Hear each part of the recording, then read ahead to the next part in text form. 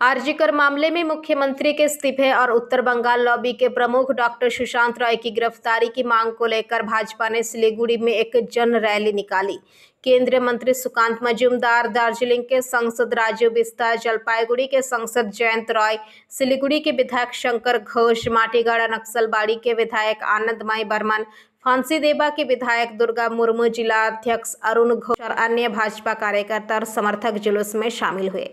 इस दिन सिलीगुड़ी के बाघा जनित पार्क से महात्मा गांधी चौक तक जुलूस निकलता है। वही रैली के अंत में बीजेपी नेतृत्व ने अगले 26 विधानसभा चुनावों में राज्य से तृणमूल कांग्रेस सरकार को उखाड़ फेंकने का आह्वान किया। প্রত্যেকটা ধর্ষণের ঘটনা হয়েছে আর আপনি বলেছেন ছোট ঘটনা। মেয়েটির চরিত্র খারাপ ছিল। কামদুনি হত্যাকাণ্ড আপনাদের মনে আছে কিনা? মেয়েটিকে রেপ করে দুপা ধরে এইভাবে চিরে ফেলে দেওয়া হয়েছিল জলাসন্ধের মতো মহাভারতে। তার দোষীরা নিচু আদালতে শাস্তি পেয়েছিল, হাইকোর্টে গিয়ে সব ছাড়া পেয়ে গেছে। তিনজনের যাবজ্জীবন হয়ে গেছিল, তিনজন ছাড়া পেয়ে গেছিল। কে ছিল অফিসার? সিআইডি ছিল তদন্তে, আর সিআইডি অফিসার ছিল দিদিমণির প্রিয় বিনীত গোয়েল। তারা আমলে ছাড়া পেয়ে গেছে। মাননীয় মুখ্যমন্ত্রী হাসখালিতে 14 বছরের বাচ্চা মেয়ে আপনার নেতার ছেলের দ্বারা রেপ এন্ড মার্ডার, ধর্ষণ এবং খুন। আপনি মিডিয়ার সামনে দাঁড়িয়ে একজন মহিলা মুখ্যমন্ত্রী হয়ে বলছেন মেয়েটি প্রেগনেন্ট ছিল, ছেলেটির সাথে মেয়েটির সম্পর্ক ছিল।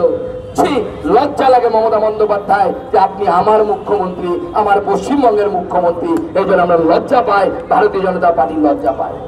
এইরকম মুখ্যমন্ত্রী পশ্চিমবঙ্গ কেউ কোনো পায়নি। আপনি ভেবেছেন লক্ষ্মীর ভান্ডার দেব, 85,000 টাকার পুজোর টাকা দেব, বাংলার মানুষ সব ভুলে যাবে।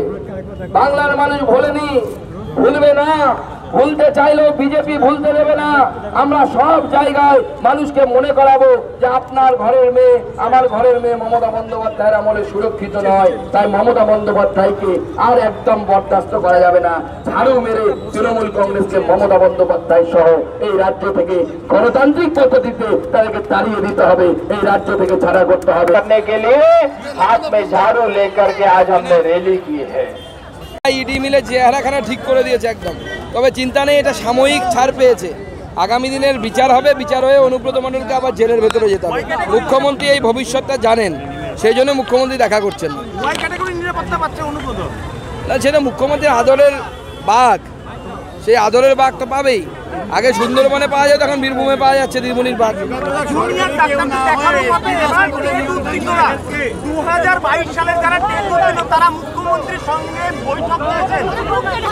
দেখুন, টেট উত্তীর্ণরা বহুদিন ধরে তাদের চাকরির দাবিতে তারা লড়াই করছেন। তাদের দাবিকে ভারতীয় জনতা পার্টি সমর্থন করে, কিন্তু আমরা জানি এই সরকার থাকতে তাদের চাকরি হবে না। মুখ্যমন্ত্রী সরকার যেতে দিন, আমাদের সরকার আসতে দিন, বিজেপির সরকার আসতে দিন, আপনাদের চাকরি।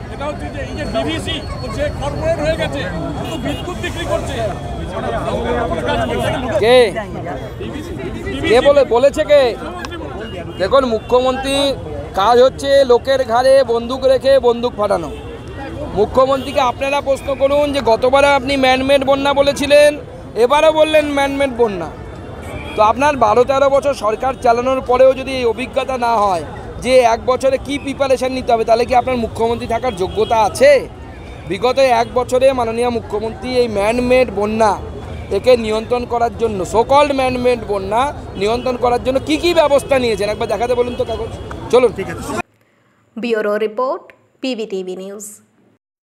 नियमित अपडेट एवं दुनिया भर की ताज़ा खबरों के लिए हमारे फेसबुक पेज को फॉलो एवं यूट्यूब चैनल को सब्सक्राइब करें। রানীগঞ্জ শহরের এনএসবি রোডে অবস্থিত সুসজ্জিত এবং মনোরম পরিবেশে অতিথিদের পরিষেবার জন্য তৈরি অতিথি in hotel and restaurant. Hotel অতিথি ইন পরিষেবায় থাকছে অত্যাধুনিক সুবিধাযুক্ত এসি রুম।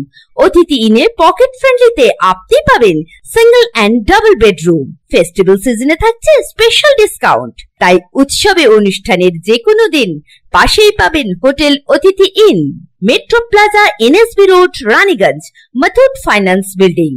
যোগাযোগ করুন এই নাম্বারে 7872933666 এবং 9434133666।